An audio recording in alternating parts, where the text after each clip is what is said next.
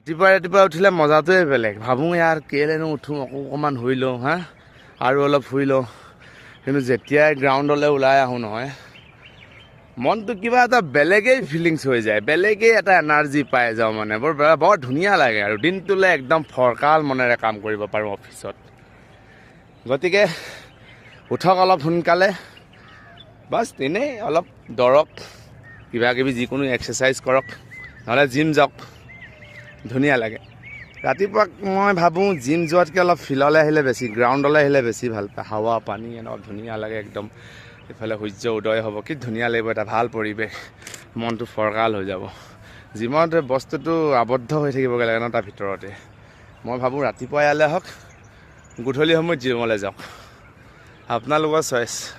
মই জাষ্ট ক'ব লাগে কথাটোহে কৈছোঁ, বাকী আপোনালোকৰ চইচ, আপোনালোকৰ লাইফ। জয় জুবিন দা। আহক, ওলাই আহক অকণমান, ভাল লাগিব।